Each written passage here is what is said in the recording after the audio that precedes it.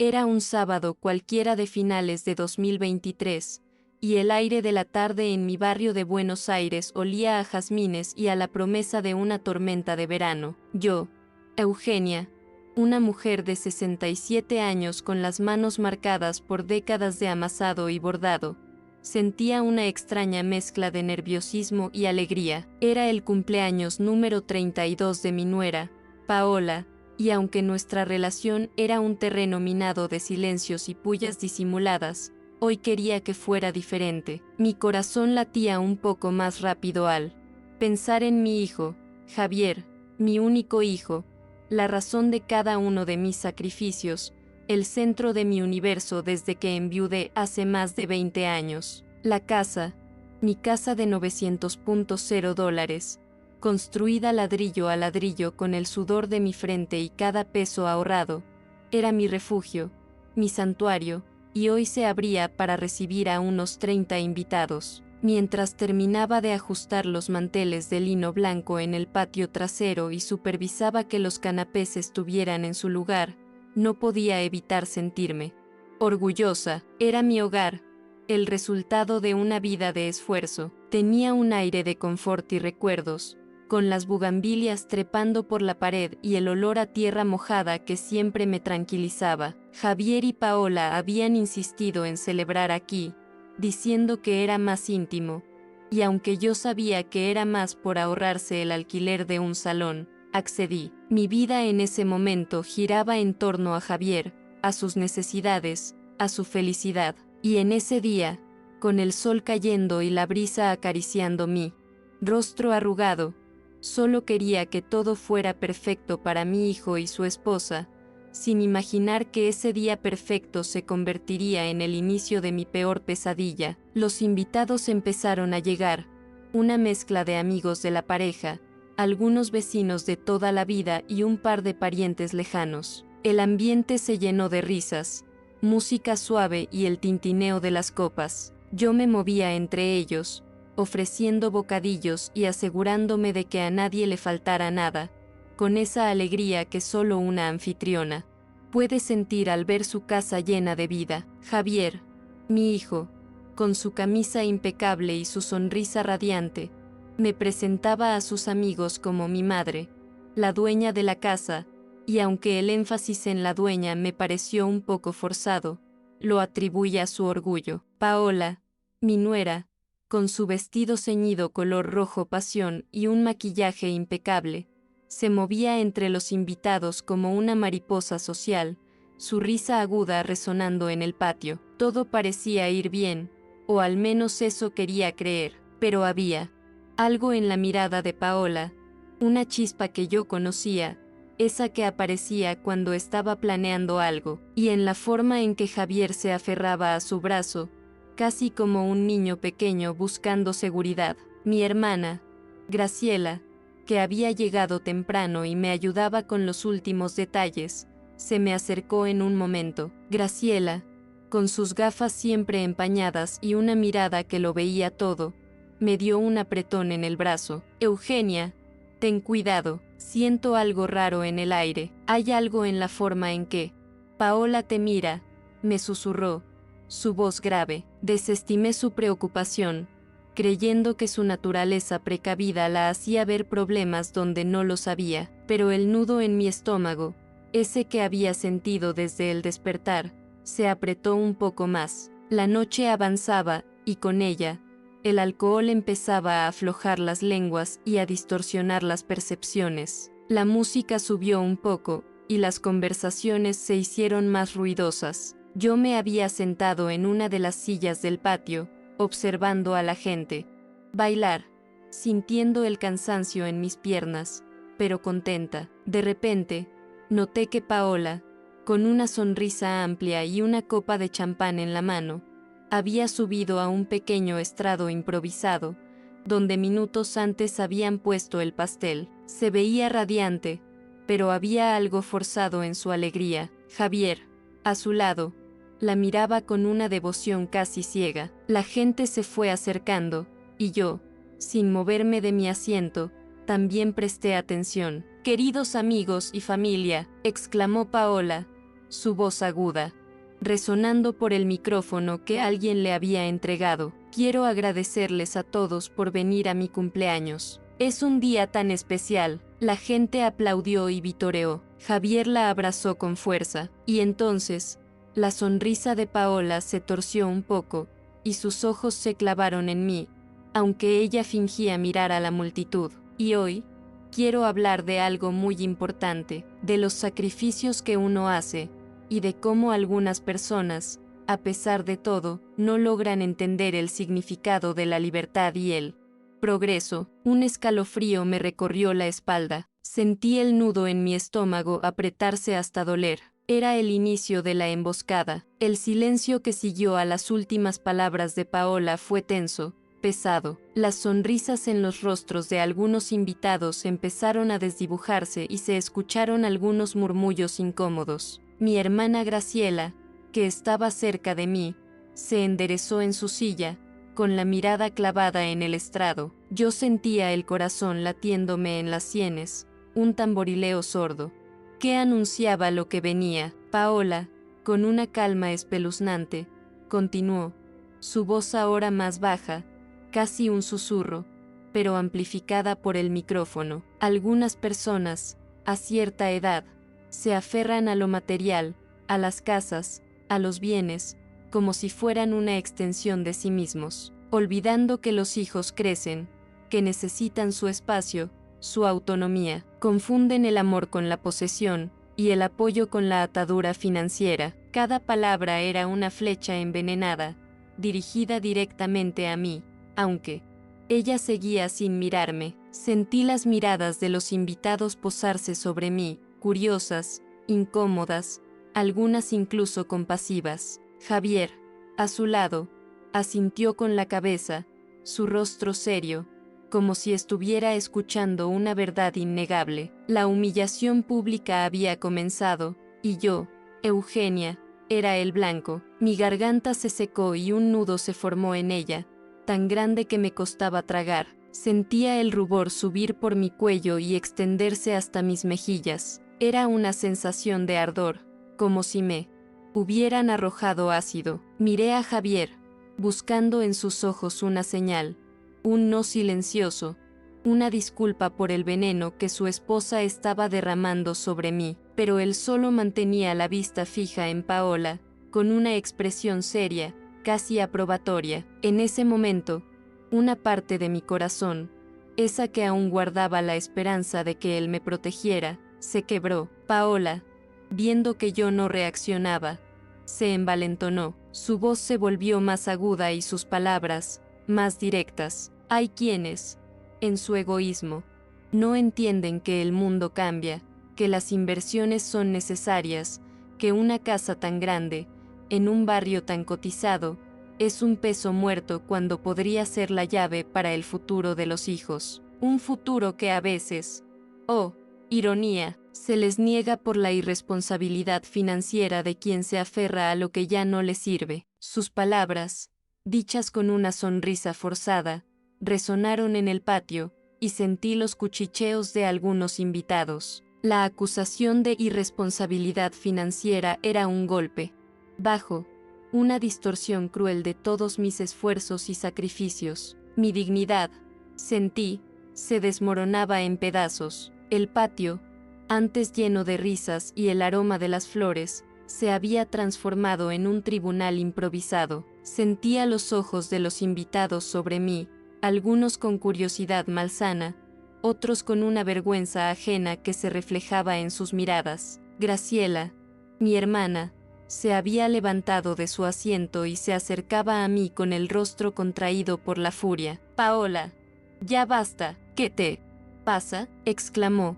Su voz temblaba de indignación, pero Paola la ignoró por completo, sus ojos fijos en mí, disfrutando de mi humillación. Algunos dicen que es amor de madre, continuó Paola, su voz ahora llena de un sarcasmo venenoso, pero yo lo llamo egoísmo. Atar a un hijo a una propiedad, negarle la oportunidad de crecer, de invertir, de ser libre. Eso no es amor, es una cadena invisible que sofoca el futuro. En ese instante, Javier, mi propio hijo, se acercó al estrado y se paró junto a Paola, me miró, y en sus ojos no había compasión, solo una frialdad que me partió el alma. Él era parte de esto, él lo había planeado con ella. La revelación, tan cruda y dolorosa, me dejó sin aliento. Mi Javier, mi dulce Javier, se había convertido en mi verdugo. El mundo pareció detenerse en ese momento. Mi hijo,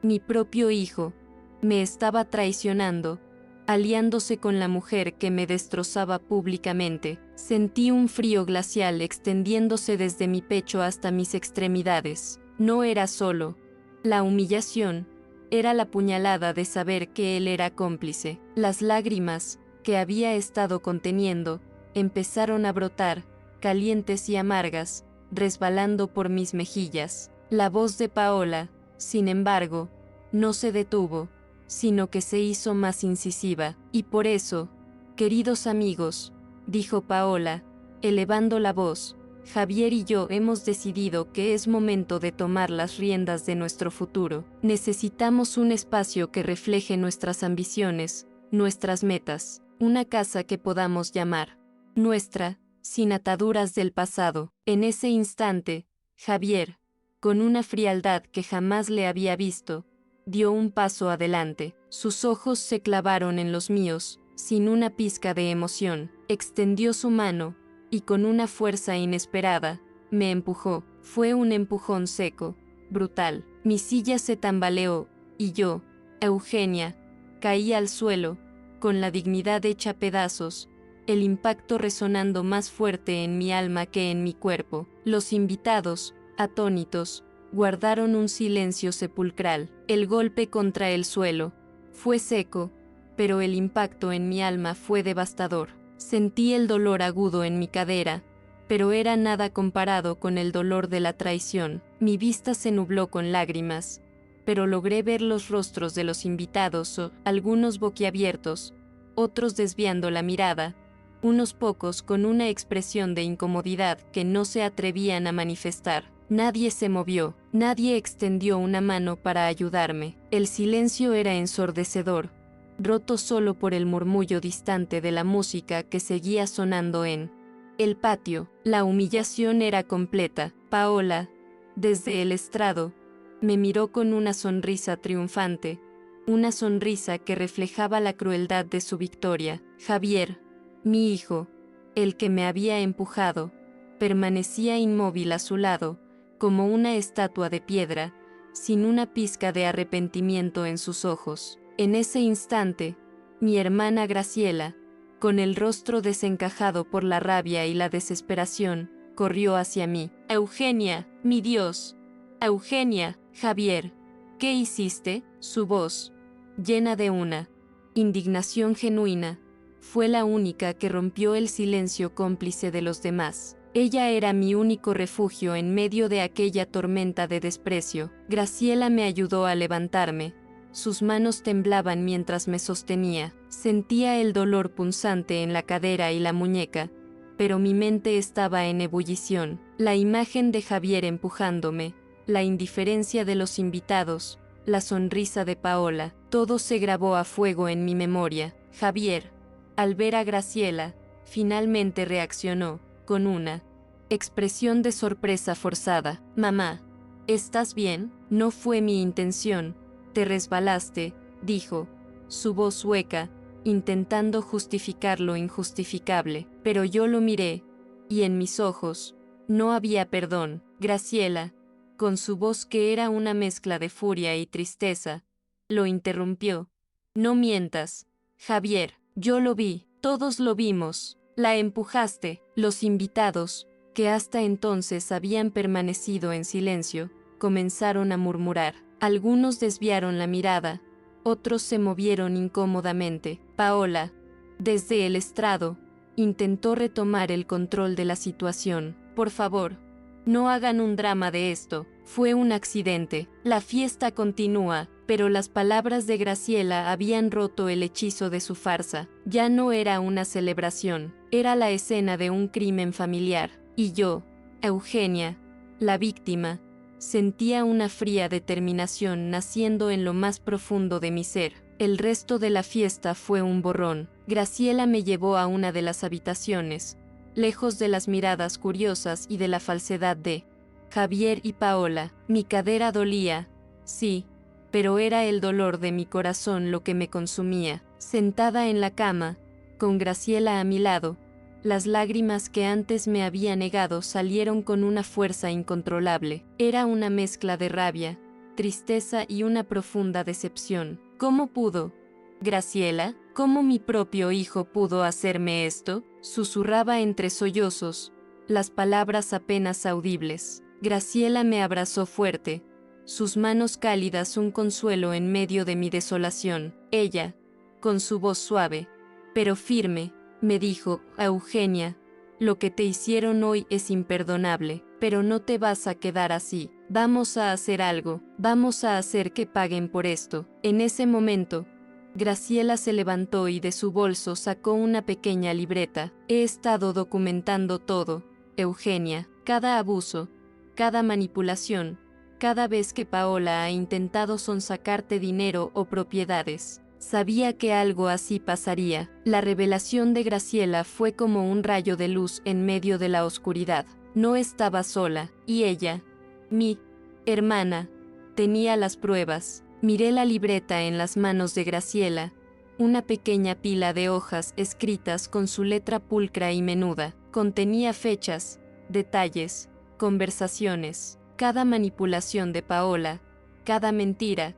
Cada vez que Javier me había presionado por dinero o por la casa, estaba allí registrado con una precisión escalofriante. Graciela había sido mi guardiana silenciosa, mi testigo leal, mientras yo, en mi ceguera de madre, me negaba a ver la verdad. Sentí una ola de gratitud, inmensa hacia ella, pero también una rabia renovada. Ya no era solo el dolor de la traición, era la fría determinación de la justicia. Graciela, ¿qué hacemos?, pregunté, mi voz ahora más firme, con un brillo diferente en mis ojos. No puedo dejarlos salirse con la suya. Esta es mi casa, es mi vida, y no van a robarme mi dignidad. Mi hermana me miró, y en sus ojos vi el mismo fuego que sentía en mi pecho. Vamos a desenmascararlos, Eugenia, y no solo por la casa, sino por todas las veces que te hicieron sentir menos, por cada humillación. Vamos a hacer que se arrepientan de haberte subestimado. Su voz, tranquila pero cargada de una fuerza inquebrantable, fue el ancla que necesitaba para empezar a trazar mi propio contraataque. Los días que siguieron fueron un torbellino de emociones, pero una fría determinación me guiaba. El dolor físico de la caída disminuyó, pero el dolor del alma, el de la traición de mi propio hijo, seguía latente. Graciela y yo pasamos horas revisando la libreta. Era un mapa de la avaricia de Paola y Javier, un registro meticuloso de sus manipulaciones. Descubrimos patrones, mentiras que se repetían, la forma en que Paola siempre desviaba la conversación hacia el dinero o la posibilidad de vender la casa para invertir en un futuro mejor. Todo estaba allí, escrito con una claridad desarmante. Graciela me contó que había estado investigando a Paola en secreto. Eugenia,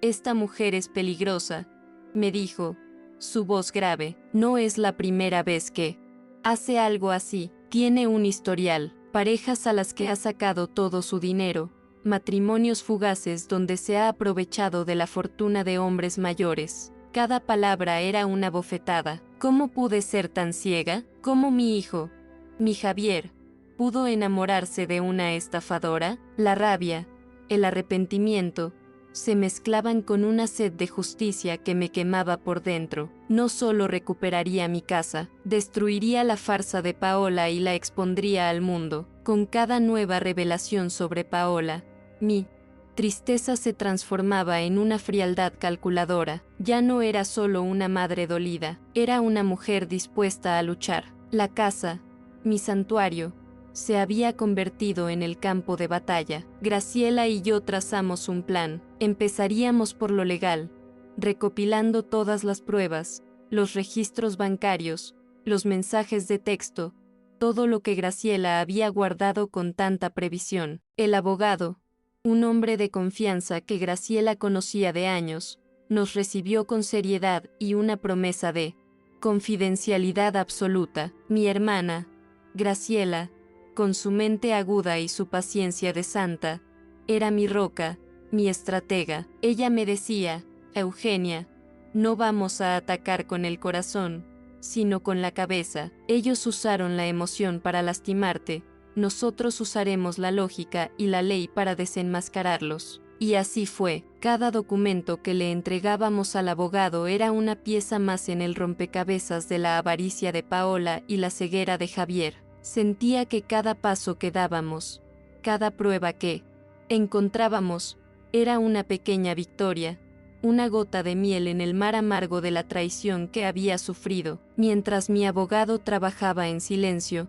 preparando los documentos para una demanda por intento de estafa y abuso a personas mayores, yo me concentré en mi parte del plan. Graciela y yo pasamos días revisando mi computadora, buscando correos electrónicos, mensajes de texto antiguos, cualquier cosa que pudiera servir como evidencia de las manipulaciones de Paola y la pasividad de Javier.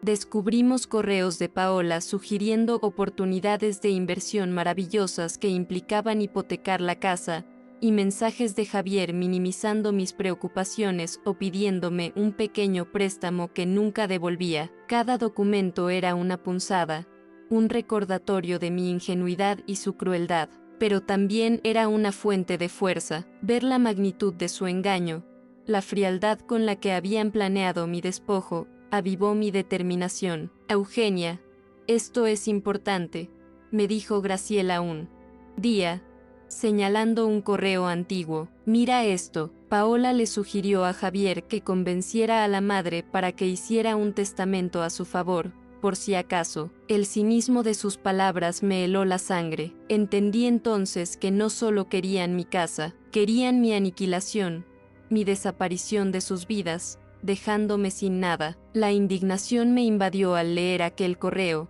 pero en lugar de paralizarme, me llenó de una energía fría y calculada. Ya no era la Eugenia ingenua y vulnerable, era una leona herida, dispuesta a defender su territorio. Sabía que la batalla no sería solo legal, también sería pública. Si ellos habían intentado humillarme frente a 30 invitados, yo los expondría ante el mundo, no por venganza pura, sino para que nadie más cayera en las garras de una estafadora como Paola, y para que Javier, mi hijo, enfrentara las consecuencias de su ceguera y su crueldad. Graciela, que siempre había tenido un instinto para la comunicación, me propuso una estrategia.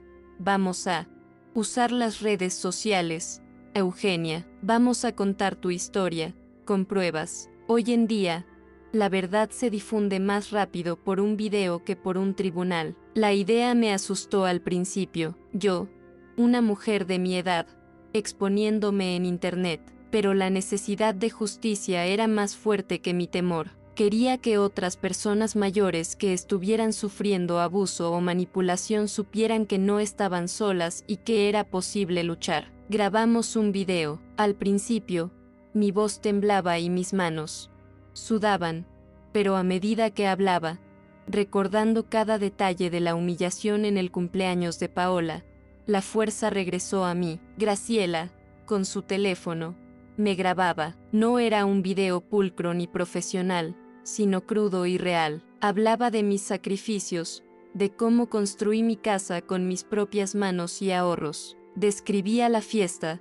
las acusaciones de Paola, el empujón de Javier y el silencio de los invitados. No usaba nombres, solo los pronombres mi hijo y mi nuera, pero la historia era tan específica que cualquiera que hubiera estado allí lo reconocería. Mostramos algunas de las pruebas, fragmentos de los mensajes, copias de los correos donde se sugerían las inversiones y el testamento. Mi voz se quebró al recordar el empujón, la caída, el dolor, pero terminé el video con una voz firme. No estoy pidiendo compasión, estoy pidiendo justicia, y estoy advirtiendo a otras madres, abran los ojos. La traición puede venir de donde menos la esperan. Mi casa es mi refugio, y no permitiré que nadie me lo quite, ni siquiera mi propio hijo. Subimos el video a una plataforma dedicada a relatos de superación y a un grupo de Facebook de vecinos del barrio, y esperamos. La respuesta fue inmediata y abrumadora. El video se volvió viral en cuestión de horas. Los mensajes de apoyo llovieron como una bendición, mujeres de todas las edades compartiendo sus propias historias de abuso y manipulación familiar,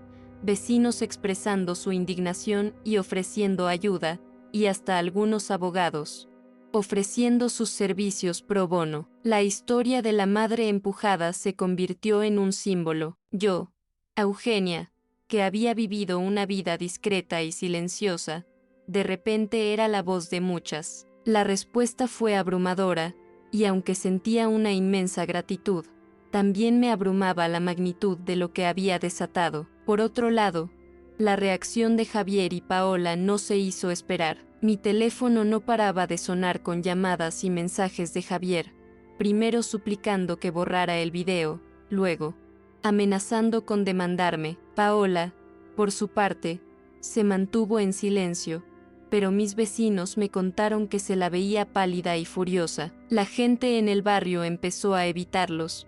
Las miradas de juicio los seguían a donde fueran. Su castillo de apariencias se estaba desmoronando, ladrillo a ladrillo, expuesto a la luz pública. La justicia, la verdadera, la del escrutinio social, estaba empezando a trabajar. La demanda legal, respaldada por todas las pruebas que Graciela había reunido, fue presentada. El abogado me aseguró que teníamos un caso sólido. La exposición pública del video había presionado a Javier y Paola de una manera que la ley por sí sola no podría haber logrado. Sus vidas, antes tan perfectas en la superficie, se estaban desmoronando bajo el peso de la verdad.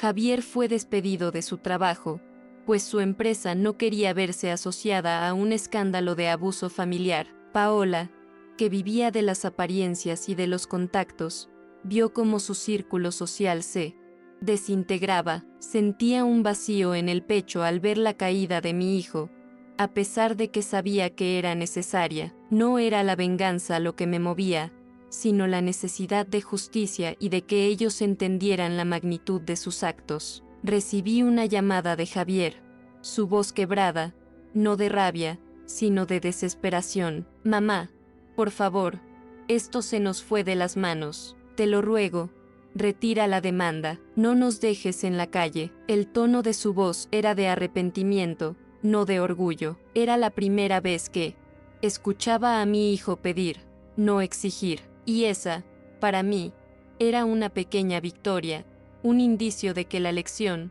aunque dolorosa, estaba empezando a calar. Mi respuesta a Javier fue firme, aunque mi corazón se contrajo de dolor. Esto no se trata solo de la casa, hijo, se trata de la dignidad que me arrebataron, de los años de sacrificios que pisotearon. La demanda no se retira, tendrán que enfrentar las consecuencias de sus actos. Pero hay una oportunidad para ustedes de empezar de nuevo, si están dispuestos a hacer el trabajo, no conmigo directamente, sino para ustedes mismos. Mi voz era un eco de mi determinación, mezclada con la tristeza de una madre que veía a su hijo sufrir, pero que sabía que ese sufrimiento era la única vía hacia una posible redención. Paola, por su parte, se mantuvo desafiante, pero cada vez más aislada. Se negaba a reconocer cualquier culpa, culpándome a mí y a Graciela por destruir sus vidas. Era evidente que para ella, el orgullo y la negación eran más fuertes que la verdad. La demanda avanzó, y con ella, la certeza de que mi casa, mi hogar, estaría a salvo. La historia de Eugenia, la madre que recuperó su dignidad, ya no era solo mía, era una voz para las que no tenían voz, un faro de esperanza en la oscuridad de la manipulación y el abuso familiar. Los días se transformaron en semanas, y las semanas en meses. El proceso legal fue lento, como suelen ser estas cosas, pero la evidencia era abrumadora. El historial de Paola salió a la luz. matrimonios previos con hombres mayores, acusaciones de estafa, un patrón de manipulación. Javier, al ver las pruebas irrefutables, finalmente se derrumbó, no solo por el juicio, sino por la cruda realidad de la mujer con la que se había aliado y la forma en que ella lo había usado. Su orgullo se hizo añicos, y en su lugar, apareció una desesperación genuina. Graciela y yo, en silencio, observábamos su caída, no con alegría, sino con la amarga certeza de que era necesaria. La casa, mi casa, fue declarada mía legalmente, libre de cualquier reclamo por parte de ellos. Pero la verdadera victoria no fue solo esa, fue ver cómo la historia de Eugenia, el empujón, se convertía en un faro para otras mujeres. La Fundación Madres Invisibles, nacida de mi dolor, ahora florecía, ofreciendo apoyo legal y psicológico a víctimas de abuso familiar. Mi propósito se había expandido, trascendiendo mi propia tragedia para abrazar la de otras. Un día, recibí una llamada de Javier. Su voz era diferente, suave, casi irreconocible. Me pidió encontrarse conmigo, no para discutir la casa o el juicio, sino simplemente para hablar. Nos vimos en un café, lejos de mi barrio, lejos de las miradas. Javier estaba delgado, con los hombros encorvados, y sus ojos, antes tan llenos de orgullo, ahora reflejaban una profunda tristeza. Mamá, lo siento, dijo, y esta vez, sentí que las palabras eran sinceras. Siento todo lo que te hicimos. Fui un ciego, un tonto, me dejé manipular, te lastimé de la peor manera, y me arrepiento con toda mi alma. Las lágrimas,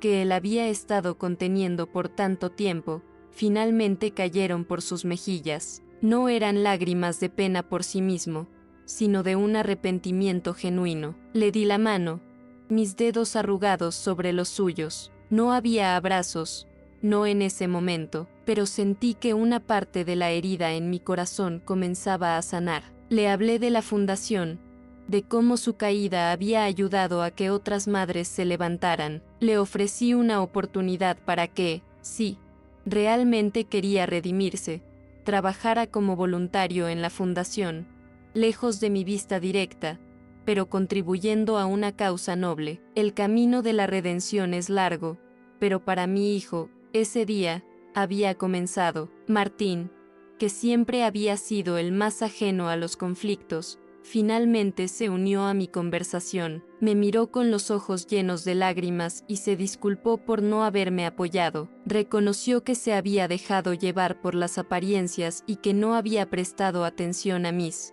preocupaciones. Le expliqué que la redención no era solo para Diego, sino para él también. Lo invité a unirse a la fundación. Con el tiempo, ambos se convirtieron en parte activa de mi causa, trabajando en silencio, lejos de los focos, ayudando a otras madres a recuperar lo que les había sido arrebatado. La casa, mi casa, volvió a ser mi refugio, pero ya no era solo un lugar físico, era un símbolo de mi resistencia. Había transformado el patio donde fui humillada en un jardín florecido, un lugar de paz y reflexión. Ya no vivía solo para Javier, sino para un propósito mayor. Mi hermana Graciela, mi fiel compañera de batalla, se convirtió en la vicepresidenta de la fundación.